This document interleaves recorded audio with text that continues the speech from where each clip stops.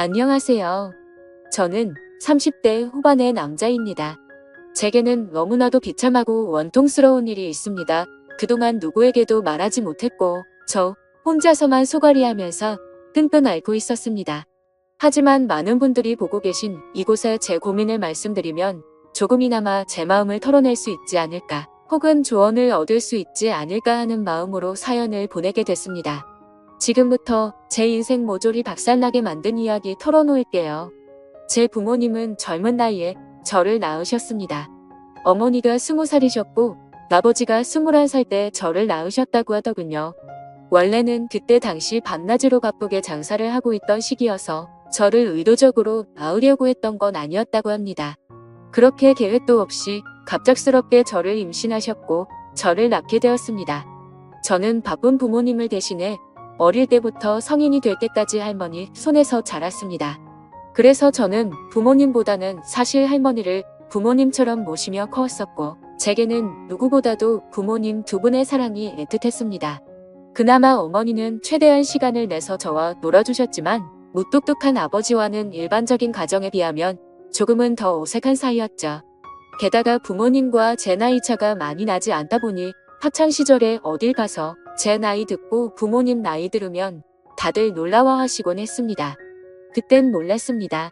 젊은 부모님을 가지고 있다는 게 이런 비극의 시초가 될 줄은 꿈에도 생각하지 못했습니다.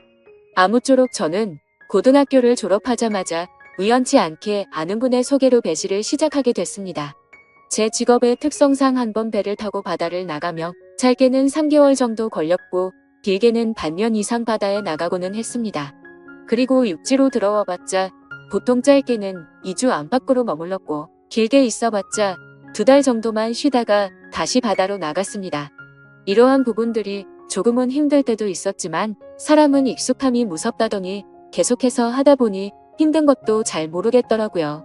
그렇게 남들과는 다른 생활을 극복하면서 지내다 보니 어느새 제가 타는 배 안에서의 직급도 차츰 올라갔고 연봉도 대기업 연봉 부럽지 않게 벌어서 만족하고 있었습니다. 내성적인 성격이었기에 가끔씩 육지로 내려와도 연애할 생각도 크게 나지 않았고 긍정적으로 생각하려다 보니 제 나이대 친구들보다 돈을 훨씬 많이 버니까 그게 마냥 좋았죠. 아무쪼록 월세를 내면서 살바에는 돈을 꼬박꼬박 모으자고 생각해서 적금을 넣었고 나머지 남는 돈은 부모님께서 사시는데 보태어 쓰시라고 용돈을 보내드렸습니다. 그렇게 시간이 흘러가다 보니 제 나이도 어느덧 20대 중반이 되었습니다. 처음에는 일도 힘들고 생활에 익숙하지 않았던 터라 여자 생각은 전혀 나지 않았는데 일은 눈 감고도 할 정도로 익숙해져갔고 모아놓은 돈만 많이 쌓여가다 보니 그때부터는 많이 외로워지더라고요. 그래서 저는 친구를 통해 소개팅 좀 시켜달라고 하게 됐습니다. 그렇게 육지로 들어올 때마다 소개팅을 받았죠. 근데 항상 문제가 되는 건 다름 아닌 제 직업이었습니다. 항상 데이트를 즐겁게 하다가도 제가 일하는 방식을 들으면 하나같이 여자들은 기겁을 하더라고요. 이해가 되지 않는 바는 절대 아니죠. 한번 육지로 와봤자 길어야 2달만 머무르다 헤어지고 바다로 나가면 길게는 반년 이상을 보내다 오는데 어찌 보면 기약 없이 이런 만남을 이어가야 하는데 문제가 아닐 수가 없었죠. 심지어 군대는 2년 정도만 기다리면 차라리 끝이 있었지만 저는 제 직업을 포기하지 않는 이상 끝이 나지 않는 거였기에 그렇게 기겁하는 모습을 이해했습니다. 그렇게 저는 4번 소개팅에 실패를 하다 보니 아버지께서 보다 못했는지 갑자기 제게 소개를 받아보겠냐고 하시더라고요. 지인분 딸인데 아주 참하고 마음씨도 예뻐서 연락처를 물어놨다고 하셨습니다. 그래서 저는 넙죽 소개를 받겠다고 말씀드렸고 만나게 되었습니다. 처음 만난 그 여자는 아버지의 말대로 외모도 참했고 성격도 좋았기에 저는 첫눈에 반하고 말았습니다. 그래서 기존에 소개받던 여자들과는 달리 이 여자와는 꼭 연애를 하고 싶다란 생각이 커졌죠. 그래서 무식하고 이상해 보이건 알았지만 제 통장부터 깠습니다. 저는 직업이 남들과는 달라서 제약에 있는 부분도 있지만 나중에 제 가족 다 먹여 살리고 싶어서 이렇게 열심히 일하고 있다고 했습니다. 그러자 그 여성분은 갑자기 웃으시더라고요. 비웃는 게 아니라 첫 만남의 통장을 보여주는 제 모습에 갑자기 너무 귀엽고 웃겨서 웃었다고 했죠. 그 순간 저는 이 여자의 행동을 보고 마음속으로 그린라이트인가? 라는 생각이 들었습니다. 그래서 저는 더 침착하고 조심스럽게 말했습니다. 제가 바다로 나가고 육지에 머무르는 그런 기간들에 대한 얘기부터 시작해서 이것저것 많은 대화들을 나누었습니다. 그리고 제 진심을 알아줬는지 저희는 교제를 시작하게 되었습니다. 남들과는 너무 다른 교제 방식에 미안하기도 했지만 다른 사람에게 참아 보낼 수가 없었습니다. 많이 이기적인 걸 알았기에 제 모든 진심을 다해서 아껴주고 사랑해줬습니다. 그래서 아내와 1년 정도 사귀었을 무렵 저는 아내에게 프러포즈를 하게 됐습니다. 못난 저 때문에 이렇게 제약적인 만남을 해주는 것도 미안한데 고생하는 모습 보고 싶지 않다고 했습니다.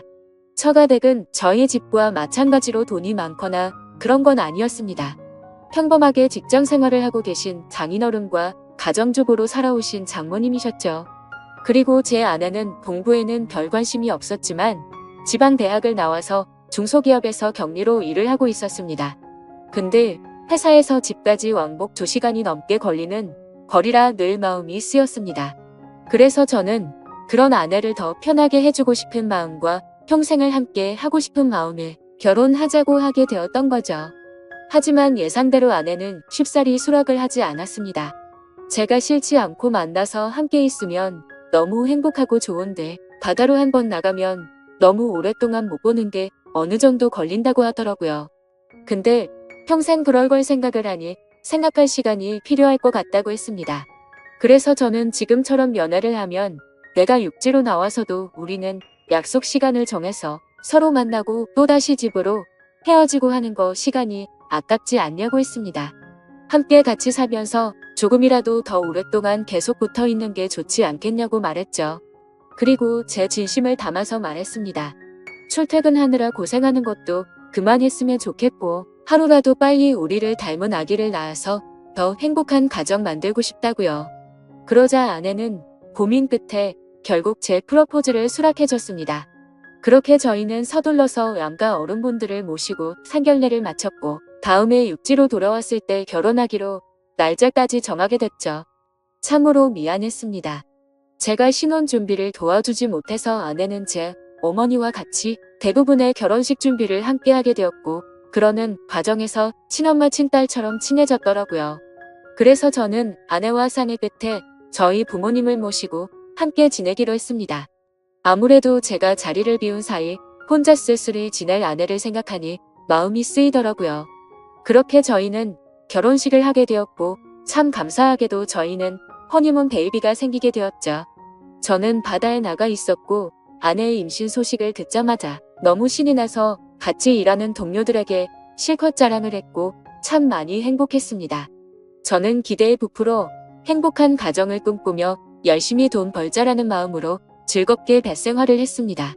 그렇게 시간은 흘렀고 제 아내는 세상 누구보다 예쁜 딸아이를 출산하게 됐죠. 정말 어릴 적부터 꿈꾸던 가정을 만들고 있는 것 같아서 눈물나게 행복했고 제 인생에 아내와 딸만 있으면 그 어떤 일도 다 할 수 있겠다고 생각했습니다. 그리고 앞으로 아이가 생겼는데 분가를 하는 게 좋을지 물었습니다. 아내는 제 말처럼 혼자 지냈으면 무섭고 외로웠을 것 같다며 부모님과 지내는 게 지금은 생각보다 좋다고 만족해 하더라고요. 저희 부모님도 아내가 참 예쁘고 일도 잘해서 너무 사랑스럽다고 칭찬이 일색이셨고 같이 지내면서 손주도 보면 좋을 것 같다고 하셨습니다. 그렇게 저는 모든 것이 다 완벽하다고 느끼고 있었습니다. 하지만 그 완벽한 날들은 오래가지 못했습니다. 정말 슬프게도 제 어머니가 갑작스럽게 교통사고로 돌아가셨습니다. 길을 가다가 급히 무단횡단을 하시다가 달려오던 차에 치여서 세상을 떠나시게 된 거죠. 그때는 어머니를 잃은 슬픔에 잠겨 다른 생각들은 전혀 할 수가 없었습니다. 그로 인해서 앞으로 벌어질 비참한 비극은 생각조차 못했습니다. 어머니를 잃은 슬픔에 잠시 일을 쉬었고 저는 다시 저희 가정을 먹여 살리기 위해 다시 배를 타기 시작했습니다. 그래서 그날부터 저희 집에는 제 아버지와 아내 그리고 딸아이만 있었죠. 어머니를 잃게 됐지만 아버지는 생각보다 괜찮으셨고 제 아내는 우울 증세가 올 정도로 많이 슬퍼했습니다. 친엄마처럼 따르고 지냈었기에 정말 많이 힘들어 하더라고요. 그래서 저는 아내가 걱정되어서 시간이 날 때마다 연락을 했고 아내는 걱정 말라며 괜찮게 지낸다며 시아버지 또한 잘 지내고 있다고 하더군요. 그런 모습에 저는 점점 아내의 우울 증세가 나아지고 있구나 하고 안심을 했습니다. 그렇게 제 어머니가 떠나가신 지 1년이란 시간이 지났습니다. 제가 다시 바다로 떠난 지 얼마 안 되어서 아내는 임신을 했다고 연락이 왔습니다. 그때도 첫 아이를 가졌을 때처럼 저는 정말 미친 듯이 기뻤습니다. 하늘나라로 가신 어머니가 저희 슬프게 지내지 말라고 선물로 아이를 보내줬다고 생각했습니다. 그날은 어머니 생각이 더 많이 나서 눈물로 밤을 지새웠던 것 같아요. 시간이 또 빠르게 흘러갔고 제 아내는 둘째로 사내 아이를 출산하게 됐습니다. 저는 제 어깨가 더 무거워졌지만 행복했습니다. 사랑하는 아내와 제 2명의 자식들을 위해선 못할 게 없었으니깐요. 이 세 사람을 제 인생의 축복이라고 생각하고 사명감을 갖고 더욱 열심히 살았습니다. 그런데 뭔가 이상한 점이 분명히 있었습니다. 제가 한 번씩 육지에 머무를 때를 생각해보면 아버지는 둘째 아들을 유독 좋아하셨습니다. 첫째 손녀를 낳았을 때는 보여주신 적 없던 모습들을 종종 보여주셔서 뭔가 이상했죠. 손녀 때는 그냥 좀 시큰둥하시던 분이 둘째는 너무 사랑스럽게 대하시기에 저는 단순히 딸이 아니라 사내 아이라서 저렇게 좋아하시는 건가 라고 생각했었습니다. 그러던 어느 날 제 인생에서 가장 비참하고 충격적인 순간의 날이었습니다. 날씨가 좋지 않은 바람에 저희는 예정보다 일찍 하선을 하게 되었습니다.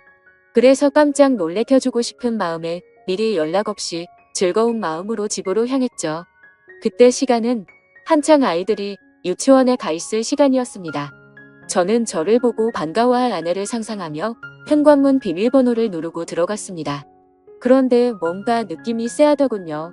문을 열자마자 아내가 반가워하면서 뛰쳐나올 거라 생각했는데 아무 말도 없이 안방에서 조용한 인기척만 들리더군요. 아, 설마 아내가 딴 남자와 불륜 짓을 하는 건가라는 생각에 극도로 심장이 쿵쾅거렸습니다. 불길한 예감을 안고 그대로 신발도 벗지 않고 달려 들어가서 안방문을 벌컥 열었습니다. 아니다 다를까. 불길한 제 예감은 적중했고 제 예상대로 아내는 바람을 피우고 있었습니다. 근데 더 충격적인 건 진짜 상상조차 못한 현장을 목격했기 때문이죠. 저는 아내가 바람을 피워서 다른 남자를 집안에 끌어들였구나 생각만 했지 제 아내와 함께 있었던 상대가 제 아버지일 거라고는 감히 상상조차 하지 못했습니다. 안방문을 여니 아버지와 아내는 다급하게 옷을 입고 있었고 저와 눈이 마주쳤는데 저는 정말 어떤 심정이 들었을까요? 너무 충격을 받은 저는 그 자리에서 주저앉았습니다. 생전 처음 알았습니다. 사람이 얼마나 충격을 받으면 주저앉는지를 말이죠. 멍하니 넋 없이 아무 말도 못하고 있었습니다. 조금 뒤에 아버지라는 가면을 쓴 그 인간은 아무 말도 안 하고 도망치듯이 집 밖으로 나가버리더군요. 그리고 제 아내는 옆으로 다가와서 미안하다며 한 번만 용서해달라고 빌고 있는데 그때 기분은 너무 불쾌해서 목소리조차 듣기가 싫더라고요. 제 옆에서 울면서 아내는 제게 말했습니다. 시어머니가 돌아가시고 너무 우울해서 매일같이 너무 슬펐다고. 근데 제가 옆에 없으니까 병원까지 다닐 정도로 심해졌답니다. 그렇게 외로움이 극에 달했을 때 아내는 시아버지와 매일같이 술을 마시게 됐고 어느덧 술 기운에 자신도 모르게 실수를 하게 되었고 그 이후로는 누가 먼저라고 할 것도 없이 자연스럽게 이런 관계가 됐다고 했습니다. 당연히 이런 말도 안 되는 상황이 잘못된 건 알고 있었고 잘못된 상황을 바로 고쳐보려고 노력을 해봤었답니다. 하지만 아무리 노력해봐도 이미 엎질러진 물은 수습이 되지 않았다네요. 그래서 아내에게 언제부터 이런 짓거리를 했냐고 물었습니다. 시어머니 돌아가시고 6개월 정도 지나서부터였다고 하더군요. 정말 피가 거꾸로 솟는 듯한 기분이 들었고 그 말을 듣자마자 순간적으로 불안한 생각이 스쳐 지나갔습니다. 왜냐하면 아버지가 둘째 아들만을 유독 특별하게 아끼던 모습들이 떠올랐기 때문이죠. 저는 앞뒤 가릴 거 없이 직설적으로 물었습니다. 둘째 아들이 내 아이 맞냐고 하니까 아내는 아무 말도 없이 고개를 숙이고 있더라고요.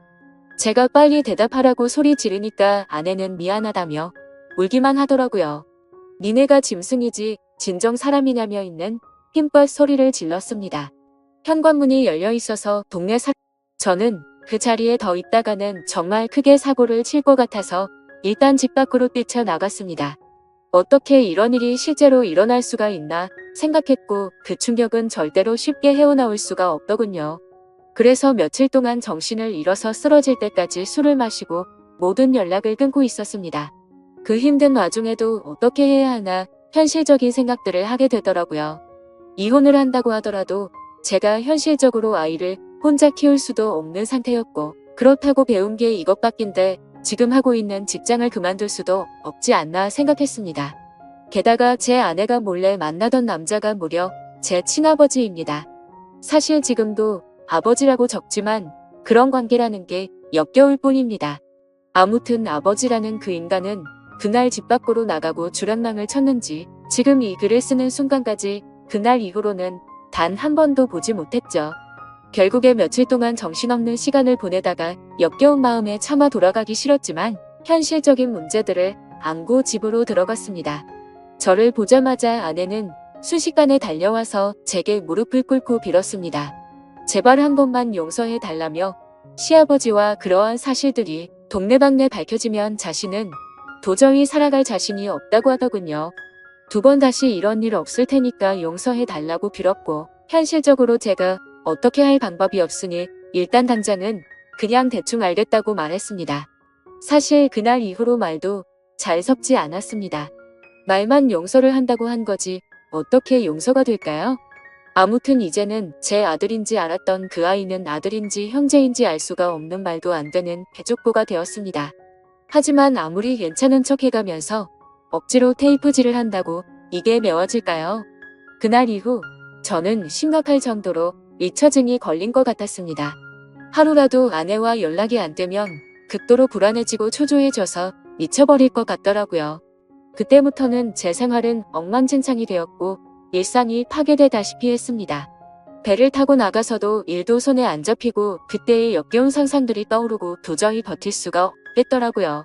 결국 끝내 저는 정신과까지 다니면서 약을 먹고 치료를 받았자 병명은 공황장애와 폐쇄공포증까지 겹쳐서 생겼다고 하더라고요.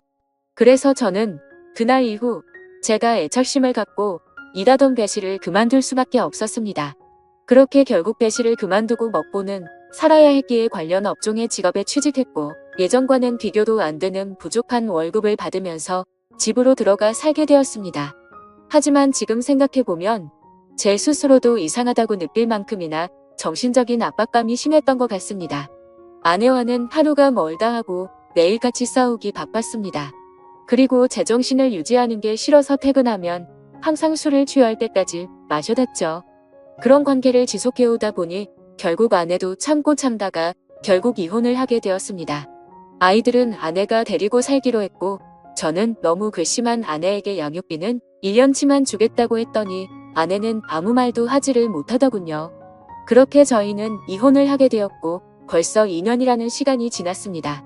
한때는 아버지였던 그 인간은 혹시나 아내한테 찾아가는 거 아닌가 싶어 몰래 아내를 뒤따라 다녀보기도 했지만 그런 건 아닌 것 같았습니다. 이제는 그 인간이 죽었다고 하더라도 전혀 슬플 것 같지도 않고 평생 보고 싶은 생각이 단 1%도 없습니다. 요즘에는 알고 보니 제 아내였던 사람은 아이들 키우느라 일을 하는데 형편이 너무 어려워서 말이 아니라고 하더군요. 지금은 시간이 지나가다 보니 조금은 신경은 쓰이기도 하고 이렇게 제가 행복하게 생각했던 가정이 무참히 끝나버리는 게 맞나 싶기도 합니다. 근데 그런 생각이 들면서도 제 아버지란 인간과 함께 했었던 아내를 죽을 때까지 잊을 수가 없을 텐데 섣불리 판단하는 게 절대로 안 되네요. 여러분들이라면 어떻게 하실 것 같나요? 저보다 인생 경험도 많으시고 훌륭한 분들이 많으실 것 같아서 여쭤보고 싶습니다. 댓글로 생각을 남겨주시면 제가 어떻게 결정할지 큰 도움이 될 것 같습니다. 감사합니다.